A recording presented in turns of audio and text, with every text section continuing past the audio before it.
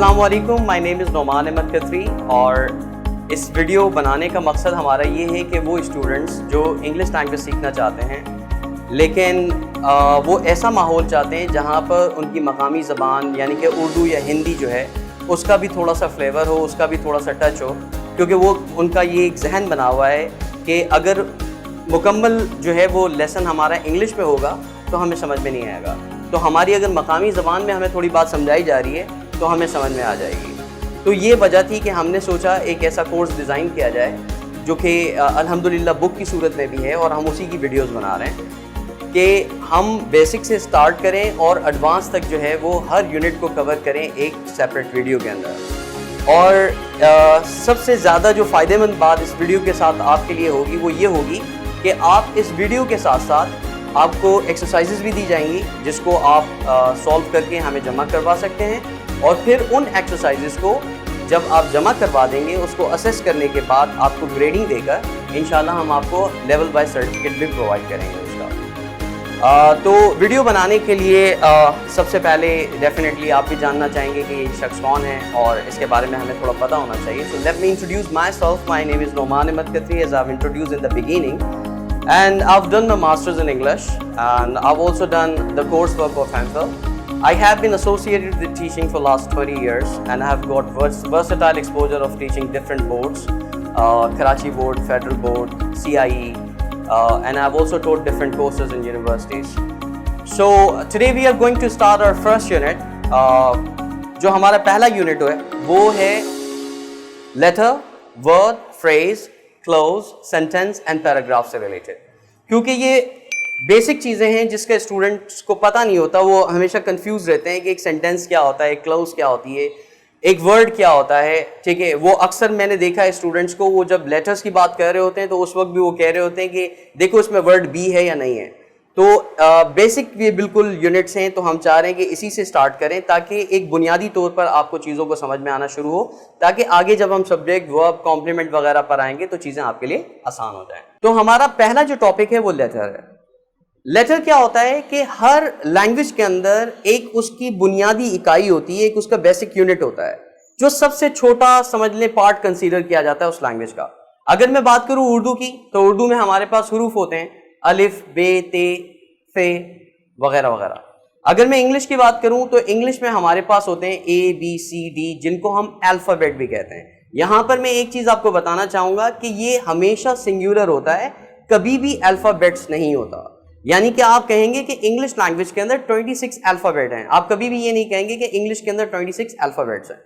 تو انگلش میں آپ سب جانتے ہیں کہ ہمارے پاس کتنے الفابیٹ ہوتے ہیں؟ 26 الفابیٹ ہوتے ہیں۔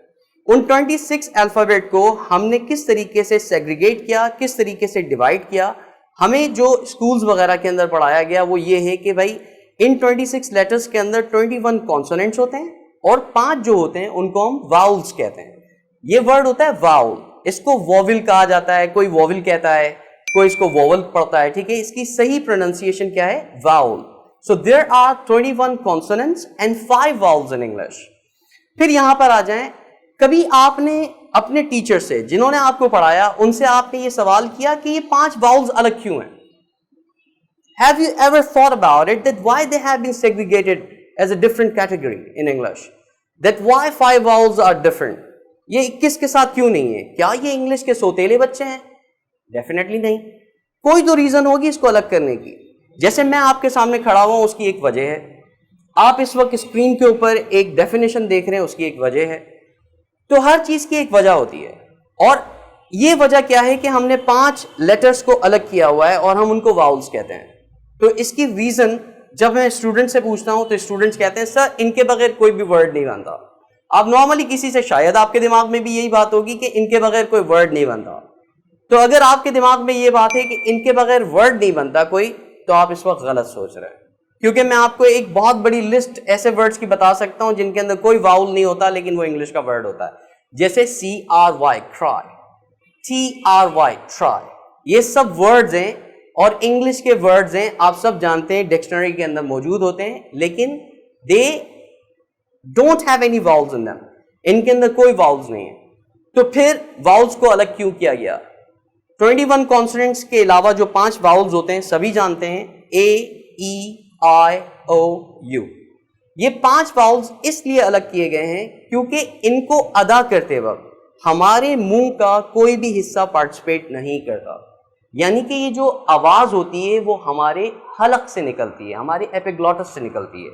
हम इसको यहाँ से प्रोनाउंस कर रहे होते हैं। आप कोशिश करके देखिए, ए, ई, आई, ओ, यू।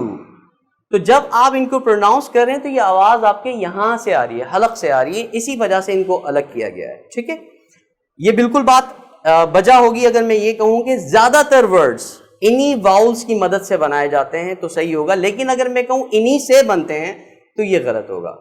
तो 5 वाउल्स के अलावा जो बाकी 21 लेटर्स होते हैं उनको हम क्या कहते हैं? कॉन्सोनेंट्स कहते हैं। ठीक है, अच्छा, अब ये लेटर आपने पता कर लिया कि एक लेटर जो होता है वो एक वर्ड के अंदर मल्टीपल टाइम्स यूज हो सकता है, तो लेटर्स आपकी समझ में आ गया। तो अब इंग्लिश के अंदर 26 लेटर्स हैं। फिर आप आ जाएं वर्ड के ऊपर। वर्ड क्या होता है? अगर मैं सिंपल ये कहूं कि एक वर्ड कॉम्बिनेशन होता है डिफरेंट लेटर्स का, तो क्या ये वर्ड की डेफिनेशन होगी आपके ख्याल से? शायद कुछ लोगों के जहन में होगा, हाँ वर्ड क्या होता है, इसके अंदर मुख्तलिफ लेटर्स होते हैं। हाँ, तो वर्ड के अंदर मुख्तलिफ लेटर्स का कॉम्बिनेशन या ग्रुप होता है, ये वर्ड कहलाता है। लेकिन अगर मैं सिर्फ इतनी बात करूं कि वर्ड कॉम्बिनेशन है डिफरेंट लेटर्स का, तो ये बात इनकम्प्लीट हो जाएगी, क्योंकि वर्ड डिफरेंट लेटर्स का कॉम्बिनेशन तो होता है लेकिन एक प्रॉपर तरतीब के अंदर होता है। यानी कि अगर एक तरतीब के अंदर आप लेटर्स को ग्रुप करते हैं, कंबाइन करते हैं, तो वर्ड बनता है। मिसाल के तौर पर मैंने आपके सामने कुछ एग्जांपल्स दी थी, ट्राई, क्राई वगैरह की। ठीक है, अगर मैं उसी वर्ड के अल्फाबेट को शफल कर देता हूं आगे पीछे, तो Y, T, are let's say, तो क्या ये वर्ड होगा? इसकी कोई लिटरल मीनिंग होगी?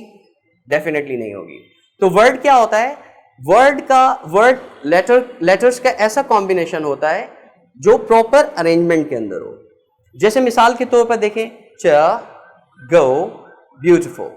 अच्छा, ये एक वर्ड आप यहां पर देख रहे हैं, ETC, ये लैटिन का वर्ड है। इसका मतलब होता है, इसका जो फुल फॉर्म है वो है एटसेट्रा, जिसका मतलब होता है हम उर्दू में जैसे कहते हैं वगैरह वगैरह, और अमेरिकन ब्ला ब्ला कहते हैं इसको।